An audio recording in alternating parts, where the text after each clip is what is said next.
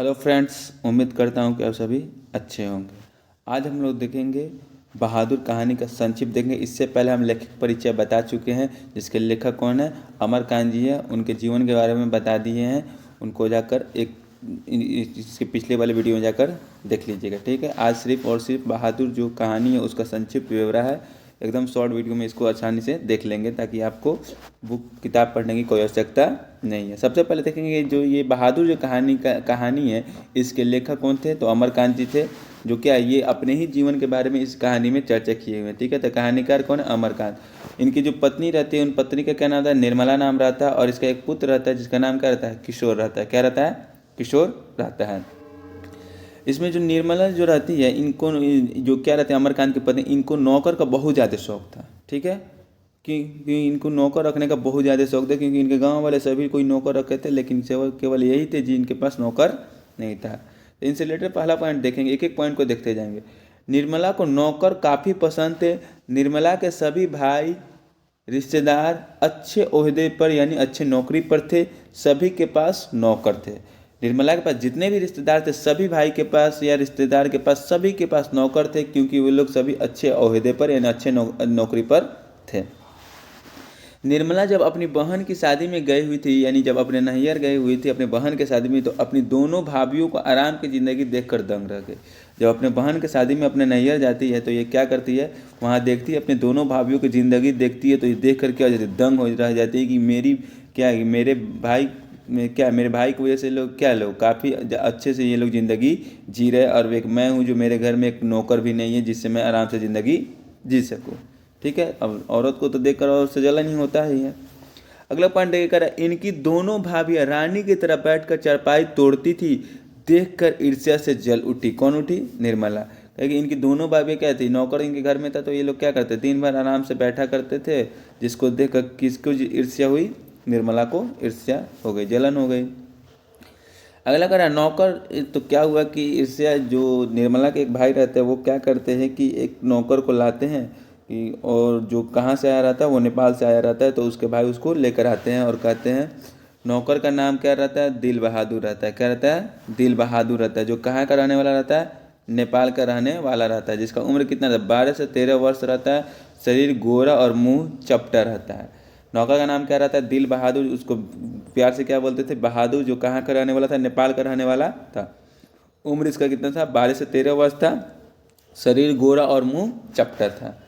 वस्त्र जो पहना था, सफ़ेद नेकर, आदि बाँस की सफ़ेद कमीज, जो बुढ़वा लोग नहीं पहनता है, आदि बाह की सफ़ेद कमीज, और भूरे रंग का जूता पहना हुआ था। जो जूता था वो क्या था, इसके जो निर्मला का जो भतीजा था उसी का ये जूता लिया हुआ था। ठीक है, यानी उसके भाई के बेटे का जूता था।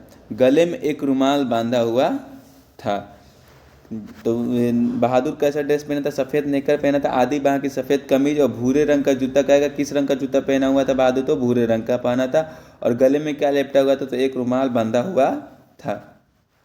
अगला पॉइंट है, निर्मला चमकती दृष्टि से कभी लड़के की ओर देखती, तो कभी मुझको, और कभी अपने भाई की ओर देखती। अमरकांत जी कह रहे हैं कि निर्मला जो है कभी उस लड़के की तरफ देखती, तो कभी मुझको यानी कि अमरकांत यानी मैं उनको, या फिर अपने भाई को देखती थी। अगला पॉइंट देखेंगे, कह रहा है बहादुर को लेकर अमरकांत जी के साले साहब, बहादुर को लेकर अमरकांत जी के साले साहब लेकर आए थे, तुम्हारा नाम क्या है, मैंने पूछा। बहादुर साहब के जो साले साहब रहते हैं वही क्या है, बहादुर को लेकर आए रहते हैं। तो अमरकांत जी बच्चे से पूछते कि तुम्हारा नाम क्या है। ठीक है, लेखक साहब उससे पूछते हैं। लेखक के पूछने पर अपना नाम दिल बहादुर बताया। उसके स्वर में मीठी झंझनाहट थी। जब बहादुर अपना नाम बताया, तो अमरकांत जी का कहना था कि जब उसने अपना नाम बताया तो उसके आवाज़ में क्या थी, मीठी झंझनाहट थी। तो किसकी आवाज़ में मीठी झंझनाहट थी, तो बहादुर के आवाज़ में मीठी झंझनाहट थी। ये बात किसने कही थी, तो अमरकांत जी ने कही थी। बहादुर के पिता एक युद्ध में मारे गए थे, जिसके बाद घर की जिम्मेदारी बहादुर की माँ को थी। बहादुर छोटा था तभी इसकी पिता का एक क्या होता है, एक युद्ध में क्या हो जाता है, मृत्यु हो जाता है, जिसके बाद सारे घर की जिम्मेदारी किसको चली जाती है, उसकी माँ पर चली आती है। बहादुर की माँ चाहती थी कि ये घर के काम में हाथ बटाए, लेकिन यह पहाड़ और जंगलों पर चला जाता था।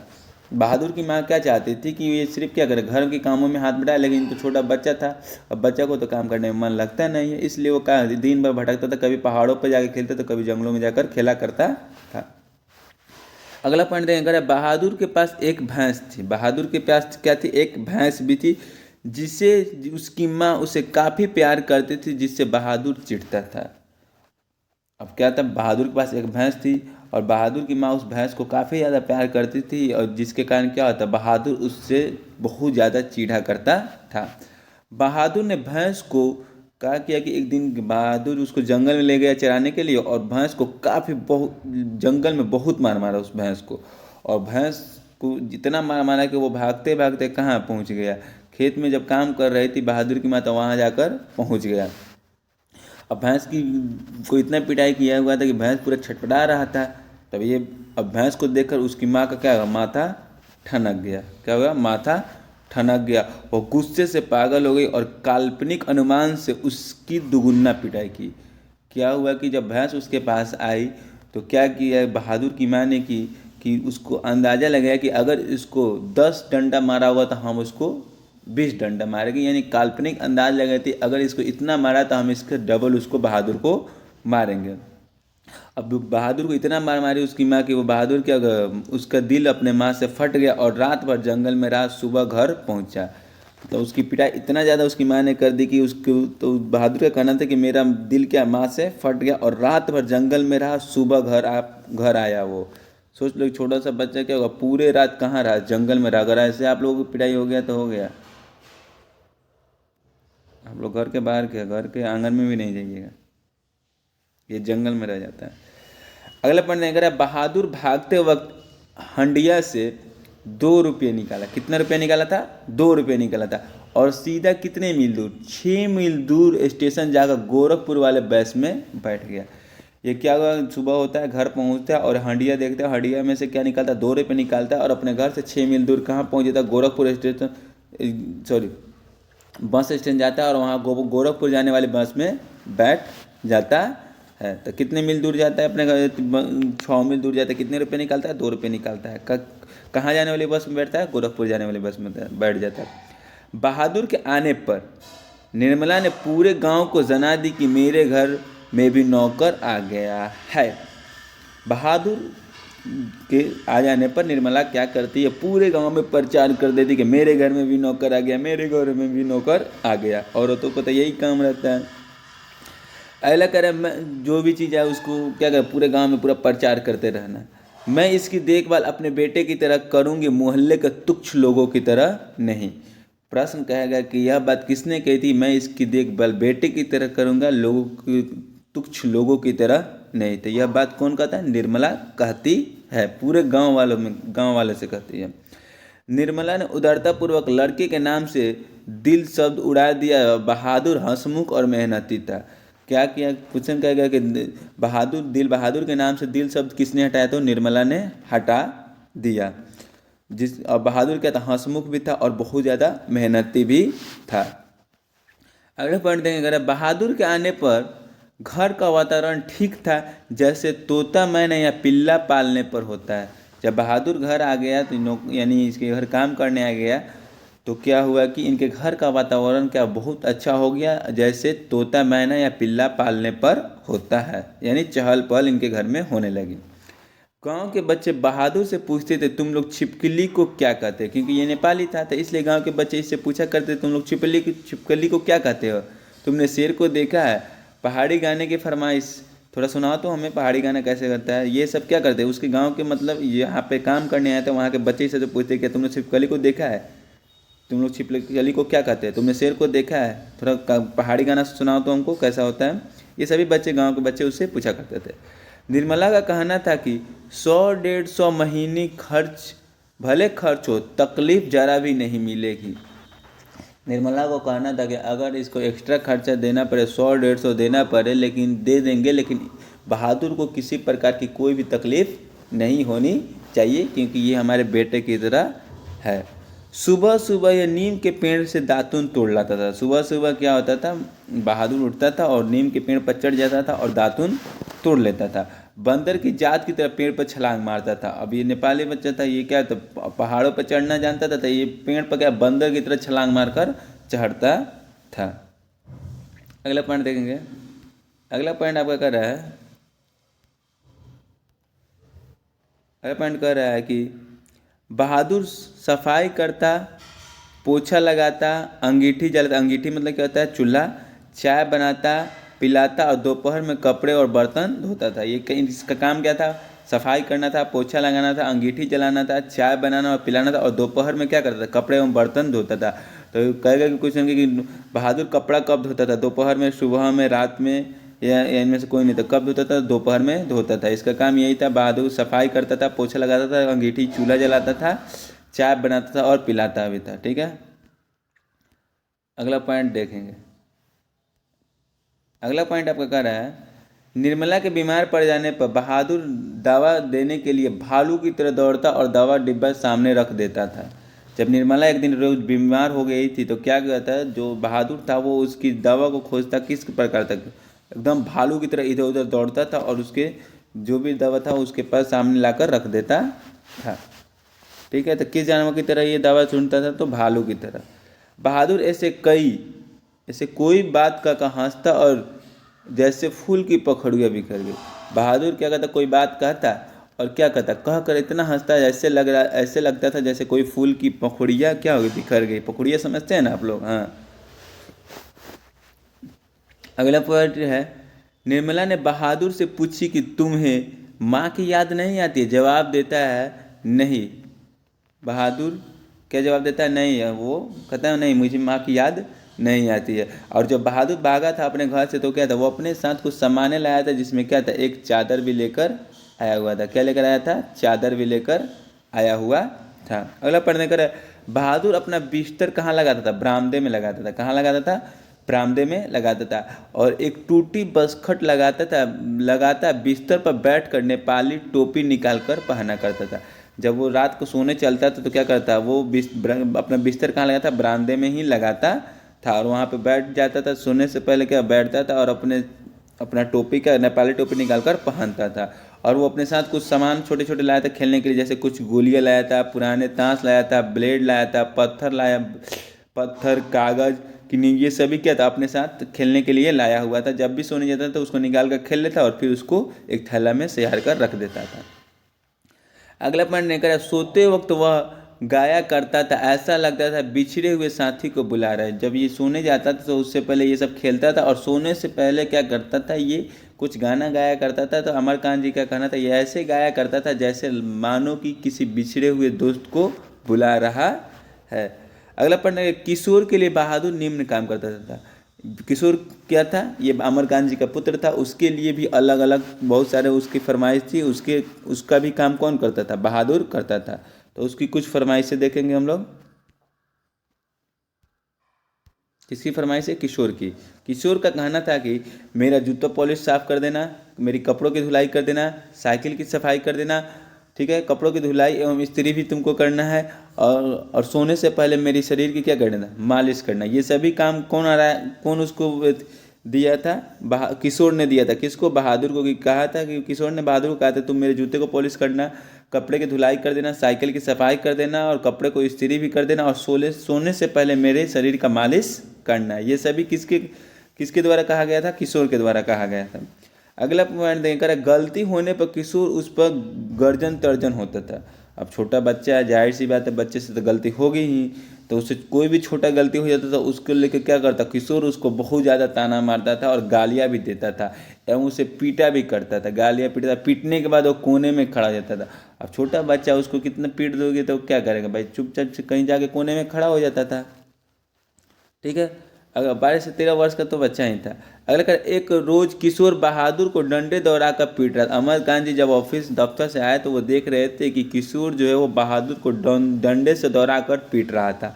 तो मैंने कारण पूछी तो साइकिल साफ करने से मना कर रहा था। जब मैंने किशोर से पूछा तुम इसे क्यों मार रहे हो, तो किशोर ने कहा पापा जी ये क्या कर रहा है, मेरी साइकिल साफ करने से मना कर रहा है। तो अमरकांत जी उससे पूछते तो बहादुर कहता है, बाबूजी भैया ने मेरे बाप को बुरा भला कहा है और किशोर ने सुअर का बच्चा भी कहा है, इसीलिए मैंने साइकिल साफ नहीं की। ये अपनी बात रखता है अमरकांत जी के पास। ठीक है। इसके बाद क्या होता है, निर्मला ने अब इन सभी बातों को लेकर क्या होता है, काफ़ी सारा भेदभाव होने लगता है। धीरे धीरे क्या होता है, बहादुर से मनमुटाव होने लगता है। अब जब मन मुटाव हो जाएगा तो उसके क्या होगा, पहले के प्रति क्या हो जाएगा, इन सभी का प्यार कम हो जाएगा। तो प्यार कम हो जाने के कारण क्या होती है, निर्मला क्या करती है, पतली पतली रोटियां बनाती थी जब नया आया हुआ था। लेकिन जैसे जैसे ऐसे ऐसे बर्ताव होने लगता तो बहादुर के लिए रोटियां बनाना बंद कर देती है। शुरू में आती तो उसके लिए पतली पतली रोटियां बनाती थी। अब क्या हो गया, इन बातों को लेकर थोड़े उनसे क्या हो गया, तानाशाही हो गया, जिसकी वजह से क्या उनके लिए रोटियां भी नहीं बनाया करती थी। और बोल दी कि अपना रोटी तू नौकर है, तू अपना रोटी तुम खुद बना। और छोटा बच्चा कहाँ से उतना जानेगा रोटी बनाना। अगला कह रहा है, बरसात बीत गई, आकाश दर्पण की तरह स्वच्छ दिखने लगे, मैंने बहादुर के माँ के पास पत्र। अमरकांत जी का कहना था कि बरसात के मौसम क्या हो गया, बीत गई थी, आकाश दर्पण की तरह क्या हो गया, यानी दर्पण जैसे शीशा सफ़ेद पूरा चिकना रहता वैसे ही आसमान भी पूरा फ्रेश हो गया था। और मैंने क्या किया, बहादुर के माँ के पास पत्र लिख दिया। ये कौन लिखता है, लेखक साहब लिखते हैं। अगला पॉइंट देख रहे हैं, एक दिन रविवार को पत्नी के रिश्तेदार आए थे, बाजार से मैंने रोहू मछली एक देहरादूनी चावल लाया। एक दिन की बात रहती है कि क्या होता है कि अमरकांत जी के घर क्या होता है, इनके घर रिश्तेदार आते हैं। तो ये रिश्तेदार आते हैं तो जाहिर सी बात है, किसी के घर भी रिश्तेदार आएंगे तो अच्छा पकवान बनेगा। तो ये क्या करते हैं, मार्केट जाते हैं और क्या करते हैं, रोहू मछली लाते हैं और देहरादूनी चावल लाते हैं। खाना खाने अब आया ये सब, और रात में क्या वो खाना वाना बना और सभी लोग क्या बैठ कर खाना खाए। और खाना खाने के बाद क्या हो गया, सभी लोग आपस में बैठ कर के बातों के क्या बनाने लगे, जलेबी। यानी सभी लोग अब इधर अपना अपना बात करने लगे किसी किसी बात पर। ठीक है, जलेबी, तो बातों को क्या बनने लगी, जलेबी। ठीक है, अगला पढ़ देंगे। अगला पॉइंट आपका कह रहा है कि खाना खाने के बाद बातों क्या बन गई, जलेबी बन गई। रिश्तेदार धीरे धीरे इन्हीं बातों में करते हुए क्या होता है कि रिश्तेदार कहता है कि देखिए ना, मैंने 11 रुपये लाए थे और क्या वो चोरी हो गई। और ये चोरी का इल्ज़ाम क्या करते हैं, वो बहादुर पर लगा देते हैं, जो क्या रहता है, गलत रहता है, बिल्कुल गलत रहता है। और छोटे से बच्चे पर क्या करते हैं, ये लोग चोरी का इल्ज़ाम लगा देते हैं उसके रिश्तेदार वाले। रिश्तेदार का कहना था कि रिक्शे वाले को देने के लिए साड़ी का खूट खोला था, फिर वे रुपये हमने चारपाई पर रख दिए। लेखक द्वारा पूछने पर बहादुर कहता है, मैं तो नमक लेने गया था। वो क्या कहती है, जो रिश्तेदार आते हैं, इस बच्चे से पूछे ना, शायद इसी बच्चे ने चुराया होगा, क्योंकि जब मैंने यहाँ पे खटिया पर रखा था तो ये यहीं पे आया हुआ था। तो लेखक उससे पूछते तो बहादुर कहता है, मैं तो नमक लेने गया था। बहादुर का मुंह क्या होगा, काला पड़ गया। अब मान के जो कोई बच्चा चोरी नहीं किया रहेगा और उस पर चोरी का इल्ज़ाम लगाइएगा तो जरा जाहिर सी बात है उस बच्चा को क्या चेहरे पर मायूसी आ जाएगा। ठीक है, तो ये रिश्तेदार क्या कहता है, उस पर चोरी का इल्ज़ाम लगाता है। बाद अमरकांत जी उनसे पूछते हैं तो वो कहता है, नहीं मालिक, हमने तो ऐसा कुछ नहीं किया है। अगला जब फिर दोबारा क्या करते हैं, उससे गुस्सा हो जाते हैं अमरकांत जी और उसको ऊंचे स्वर में बोलते हैं कि बता, तुमने लिया है पैसा, तुमने चोरी किया। और जबरदस्ती उसी पे इल्ज़ाम ये भी लगाए जा रहे थे। और इन्हीं बातों में लेकर क्या उन पे एक उसने मालिक ने क्या बहादुर को एक तमाचा चढ़ दिया। और उसको और मालिक बोले, अमरकांत जी बोले बहादुर को, एक काम करो, तुम अगर हमको बता दोगे तो कहाँ पैसा रखा है तो हम तुमको क्या इनाम में कितने रुपए देंगे, 2 रुपये देंगे। कितने रुपए देंगे, 2 रुपये देंगे। बहादुर को सभी लोग कुत्ते की तरह क्या करते हैं, मतलब उस पर भौंकने लगे। कभी इधर से अमरकांत जी बोलते, कभी उनकी बीवी बोलती, कभी रिश्तेदार बोलता, और छोटा बच्चा एकदम पूरा डर गया था। तो क्या बहादुर के सभी लोग कुत्ते की तरह क्या पूरा दुराया करते थे। जिसके वजह से बहादुर भाग गया अपना सामान छोड़कर। अब क्या होता है, बहादुर उतना देर तो सह जाता है, लेकिन जैसे ही रात होती है वो क्या करता है, उस घर को छोड़कर वहाँ से भाग जाता है। देखते हैं कि अब मेरे साथ यहाँ पे क्या गलत व्यवहार किया जा रहा है, इसलिए बहादुर क्या होता है, उस घर को छोड़कर नहीं भाग। किसी के साथ भी ऐसा व्यवहार किया जाए तो वो रहेगा थोड़े, वो तो घर छोड़कर भाग ही जाएगा। अगला पढ़ने का, उसके भूरे रंग के जूते थे जो मेरे साले साहब के लड़के का था। वो जब पहन आया हुआ था तो क्या कहता, वो क्या कहता, सफ़ेद निकर पहना हुआ था, बाह कट्टी कलर के पहना, और क्या हाफ बाजू वाला एक शर्ट पहना था, ऊपर रुमाल बांधा हुआ था, एक भूरे रंग का जूता था। जो जूता किसका था, वो ये अमरकांत जी के साले साहब के लड़के का था। अगला पॉइंट देखेंगे, लास्ट पॉइंट कह रहा है, किशोर कहता माँ, अगर बहादुर दोबारा आ जाता तो मैं उसे गले लगा लेता और कभी नहीं जाने देता। जब पास था तो उसको पीटा करते थे, और जब भाग गया तब कह रहे हैं कि पास होता था उसको गले लगा लेते। यही अक्सर सभी लोगों की यही कहानी है, जब भी कोई चीज़ पास रहता है तो उसका कोई महत्व नहीं रहता है, जब दूर चला जाता है तो क्या होता है, उसका महत्व का पता चलता है। ठीक है, उम्मीद करता हूँ कि आप सभी को ये वीडियो अच्छी लगी होगी।